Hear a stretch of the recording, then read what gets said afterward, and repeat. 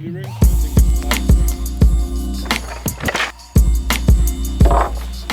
name is Thomas Dambo, and I am building big recycled wooden trolls around the world. I have been doing this for the last 5 years. Climb around in the trees and be out in nature, feel like a little boy playing in the forest and building houses in the trees. So that's what I really enjoy about it.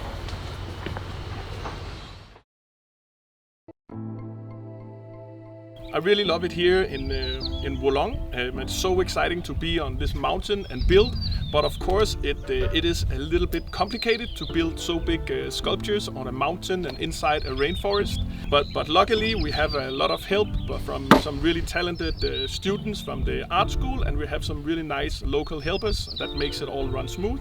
So many artists, they will build a sculpture in a workshop and then they will move it to a location and then put it there. My sculpture is built and settles into the local nature and rocks, that it is built on site to fit the local environment and the local landscape.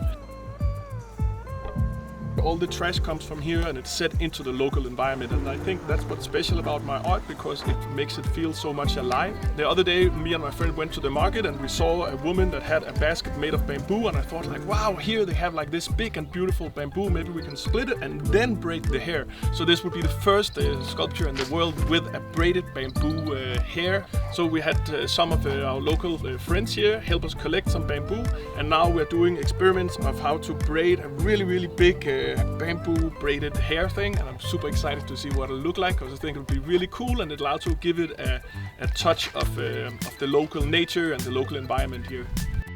Each place I go, I try to write a new story, and I'm just in the process of writing this story here. It will be about a woman troll that's sitting inside the forest and a man that's sitting out here. Both of them, they used to be inside the forest, but then one day they heard like a big rumble. It sounded like a mountain that fell over, and then the man, he went outside the forest to see what happened, and then he saw like a really big monster that came. It has such a pain in its belly, but it helps when it's eating. So now the monster is eating all of the forest all over the world. So now the man troll cannot come back to his girlfriend inside the forest, because the monster is in between. And then the story is like written in the perspective of the trolls. And the trolls, they don't really understand these little people that are like just about like the size we have, and they look exactly like us. And the trolls are like, who are these people and why do they misbehave so much? And then the trolls, they kind of like try to push them in a little bit good way, or if the little people misbehave, then they eat them. And so I write my stories like that. And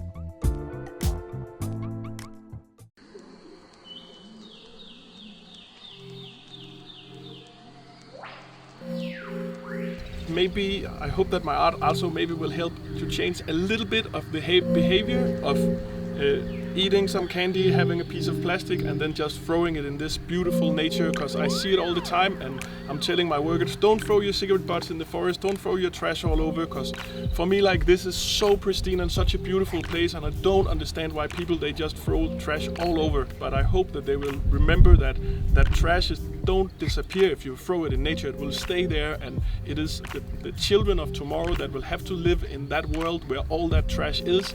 And I also hope that people will look at my art and they will see that trash has so much value. You don't need to bury trash and then build a city on top of it. You can build the city off the trash instead, and then have a clean world for your future.